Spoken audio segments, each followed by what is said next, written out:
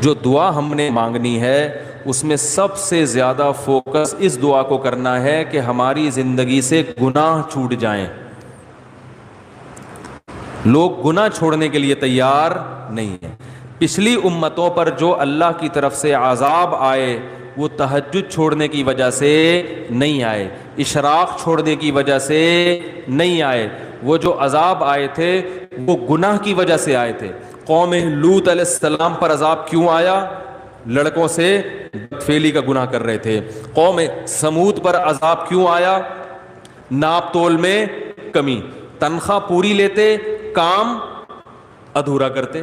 آج ہر آدمی یہی کر رہا ہے, دفتر میں کام پورا نہیں کرے گا, تنخواہیں پوری لی جا رہی. پولیس میں سب سے ایماندار وہ آفیسر سمجھا جاتا ہے جو رشوت نہیں لیتا. حالانکہ اتنا کافی نہیں ہے, بلکہ یہ بھی ضروری ہے کہ اپنی ڈیوٹی ٹائم پہ دیتا ہو.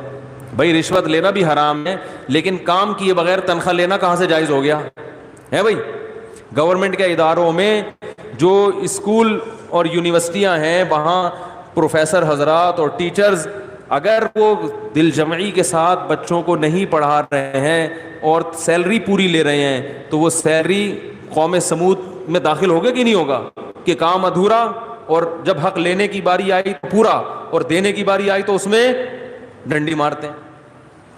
کتنا قرآن مجید نے والدین کا حق بیان کیا ہے. لا تقل لہما اف, اف بھی نہیں کرنا ہے. بہت زیادہ قضا کا لفظ استعمال کیا. تیرے رب نے فیصلہ کر دیا کہ ماں باپ سے اچھا سلوک کرنا ہے, فیصلے کا لفظ استعمال کیا. کہتے ہیں نا عدالت نے فیصلہ سنا دیا, اس کی ویلیو ہوتی ہے. ایک جگہ فرمایا ووصینا, وصیت کر دی ہے. وصیت کہتے ہیں مرتے ہوئے جو انسان جو بات کہہ کے جا رہا ہوتا ہے. اللہ پر تو موت نہیں آتی, لیکن اللہ کہہ رہے ہیں اتنی تاکید سے یہ بات کہہ رہا ہوں جیسے کوئی دنیا سے جانے والا تاکید سے کہتا ہے نا, تو وہ معمولی حکم نہیں ہوتا, بہت سخت آرڈر ہوتا ہے. تو والدین کے بارے میں بھی اللہ نے کہا معمولی حکم نہ سمجھنا, بہت شدید آرڈر دے رہا ہوں کہ والدین کے ساتھ اچھا سلوک کرنا ہے, خدمت کرنی ہے. ایسے لوگ ہیں 10-10 سال سے والد صاحب قومے میں گئے ہوئے ہیں, خدمت کر رہے ہیں ان کی وہ. اور ایسے لوگ بھی میں نے واقعہ سنایا تھا نا پچھلے ہفتے کا, اپنے باپ کو لے کے جا رہے ہیں ہاسپٹل, باپ بول رہا ہے زیادہ تو ابا کو کہہ رہا ہے ابا چپ کر جاؤ ورنہ عیدی سینٹر میں جمع کرا دوں گا, چپ کر جاؤ ورنہ اولڈ ہوم میں جمع کرا دوں گا. زیادہ نہیں, یہ بہت گھٹیا جملہ ہے, بہت غلیظ جملہ ہے یہ. آپ نہیں کہہ سکتے باپ کو یہ جملہ, وہ جو مرضی بولے, آپ نے بہرحال اس کی خدمت کرنی ہے, ماں کی بھی اور باپ کی بھی. تو یہ بہت بڑا حق ہے.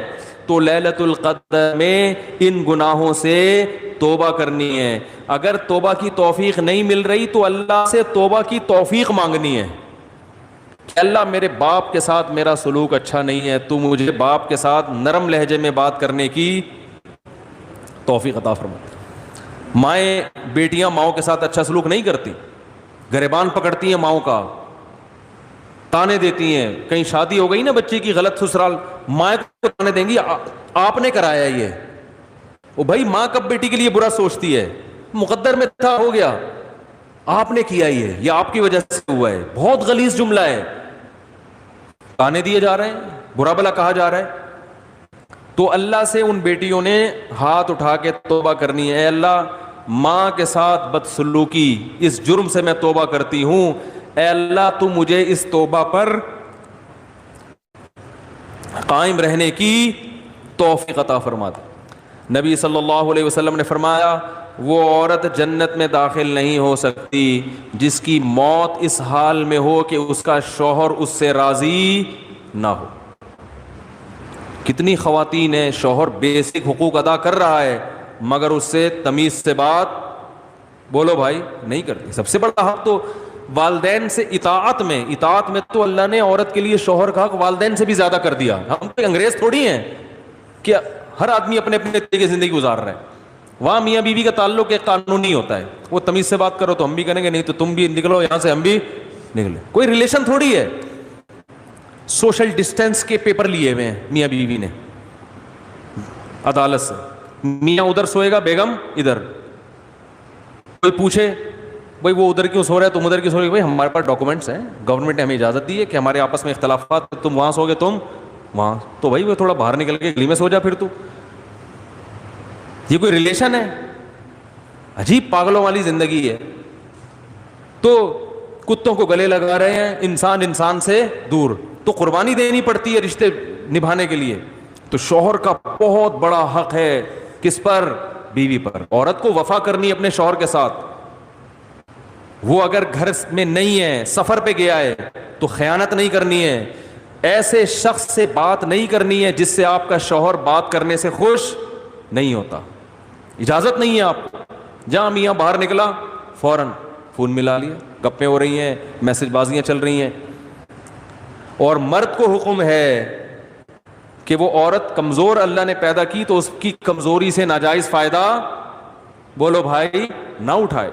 آپ صلی اللہ علیہ وسلم نے حجۃ الوداع کے موقع پر جو خطبہ دیا نا, وہ آخری خطبہ, اس میں صحابہ کہتے ہیں ہم سمجھ رہے تھے کہ اب نبی دنیا سے جا رہے ہیں. تو آپ نے خطبہ دیا کہ اللہ نے ان عورتوں کو تمہارے ماتحت رکھا ہے, اس لیے نہیں کہ تم ظلم کرنا شروع کر دو, ان پر تمہاری اتنی اطاعت واجب ہے کہ تمہاری مرضی کے بغیر گھر سے نہ نکلیں, تمہاری مرضی کے بغیر کسی کو گھر میں داخل نہ ہونے دیں, اور تمہارے مال میں خیانت نہ کریں. فرمائے اس کے بعد تمہارے حقوق ہیں ان کے اوپر, تم پر حقوق ہیں ان کے. وہ کیا ہے کہ جو خود کھاؤ وہ ان کو کھلاؤ, جیسا خود پہنو ویسا ان کو پہناؤ. بعض عورتوں کی شکایت آتی ہے میاں گھر میں آتا ہے جیسے چنگیز خان یا ہلاکو خان گھر میں داخل ہوا ہے, تمیز سے نہ سلام نہ بات چیت, ہر وقت ناک پہ. دوستوں میں بیٹھے گا ہاں ہاں ہو بڑا اچھا, جیسے کسی دوست کو لا کے بٹھا دو نا ایک دم موڈ چین, اور ہاں ہاں بڑی گپ شپ. گھر میں جیسے ہی آئے گا جیسے کچھ چنگیز خان گھر میں داخل ہو رہا ہے. تو آپ صلی اللہ علیہ وسلم جب گھر میں آتے, امی عائشہ فرماتی ہیں مسکراتے ہوئے چہرے کے ساتھ, مسکراتے ہوئے داخل ہوتے تھے. تو بھائی ان جرائم سے کیا کرنی ہے توبہ. اگر رشتہ داروں میں آپس میں کوئی بھائی بہنوں میں ناراضی چل رہی ہے تو آپ صلی اللہ علیہ وسلم نے فرمایا رشتہ داری توڑنے والا جنت میں, بولو نا بھائی, نہیں جائے گا. سگے بھائی سے ناراضی ہے, سال ہو گیا 2 سال ہو گئے بھائی بھائی سے بات نہیں کر رہا, بہنوں میں لڑائی ہوئی ہے. وہ بھائی جب الگ الگ شادی ہو گئی, الگ الگ رہ رہے ہیں, ہم لڑکے کیا کرنا ہے, تم پہل کر کے دوستی کر لو. یا تو ایک ساتھ رہ رہے ہوتے ہیں نا اور ہر وقت چپکے ہوئے پھڈے ہو رہے, تو ہم پھر خود ہی کہتے ہیں کہ سائڈ سوشل ڈسٹینس کا جو ہے نا سرٹیفکیٹ بنوا لو, پھر ہم خود مشورہ دیتے ہیں. جب الگ الگ ہے, وہ بہن اپنے میاں کے ساتھ رہ رہی ہے, وہ بھائی اپنی بیگم کے ساتھ الگ رہ رہا ہے, پھر کیوں لڑ رہے ہو؟ اگر لڑائی ہو گئی ہے سوری کرنے میں پہل کر لو. بھائی اس کی غلطی نہیں بھی آپ کی ہے تو آپ معافی مانگ لو گے تو ثواب ہی ملے گا نا. لوگ کہتے ہیں میں چھوٹا ہو جاؤں گا, تو نبی نے فرمایا من تواضع للہ رفعہ اللہ, جو اللہ کے لیے جھکتا ہے اللہ اسے اٹھا لیتے ہیں, بلند کر دیتے ہیں. تو رشتہ داری جوڑنے کے لیے اپنے خونی رشتوں کو ہدیہ دینا سیکھو. خونی رشتوں, پیسے, سمجھ رہے ہو, دعوتوں سے دوستی نہیں ہوتی. لوگ کیا کرتے ہیں, آج بہن کو عید پہ ہم نے دعوت بلا لی, بہت اچھی بات ہے, بلائیں بہنوں کو, اصل چیز ہے کیش.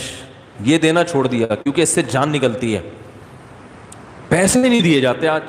منتیں مانیں گے روزے کی, منتیں مانیں گے نمازوں کی, صدقے کی منتیں مارکیٹ سے شارٹ. ٹھیک ہے نا, اے اللہ میرا یہ کام ہو جائے تو اتنے روزے رکھوں گا, خواتین بھی مانو اتنے روزے رکھوں گا. پہلے صحابہ جو منتیں مانتے تھے نا وہ یہ کہ میرا یہ کام ہو گیا تو اتنے پیسے صدقہ کروں گا. پیسے مارکیٹ سے کیا ہو رہے ہیں کہ اللہ تو میرا سارے بھی کام بنا دے, پیسے جیب کے, کام ہی یہی ہے کہ پیسے بچ جائیں, یہی تو کام ہے. تو وہی کام میں کیسے قربان کر دوں. تو رشتہ داروں کو پیسے دیا کرو, پیسے, روکڑا, سمجھ رہے ہو. بھائی کو لفافے میں ڈال کے $1 دو, یہ ہدیہ ہے آپ کو. اگر وہ اپنی توہین محسوس کرتا ہے, چھوٹا بھائی مجھے کیوں ہدیہ دے رہا ہے, سائڈوں سے بھجوا دو. کسی دوست کو بولو یہ تم دے دینا, میرا نام نہیں آنا چاہیے. نہیں آ رہی میرا خیال ہے بات سمجھ.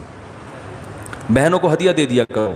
زکوٰۃ دے رہے ہوتے ہیں بہنوں کو, ٹھیک ہے, زکوٰۃ بھی دینا جائز ہے, ثواب ملے گا, لیکن زکوٰۃ دینے کا مقصد ہوتا ہے کہ اب اپنی ذمہ داری ہماری کیا ہو گئی پوری. بھائی زکوٰۃ تو غریبوں کا حق ہے, بہن غریب ہے تو ایک تو اس لحاظ سے, لیکن بہن کا حق تو اس لحاظ سے بھی ہے کہ وہ بہن ہے, اس کو تو زکوٰۃ کے علاوہ بھی دو نا بھائی. تو خونی رشتوں کا جو حساب کتاب ہے وہ کیا ہو رہا ہے,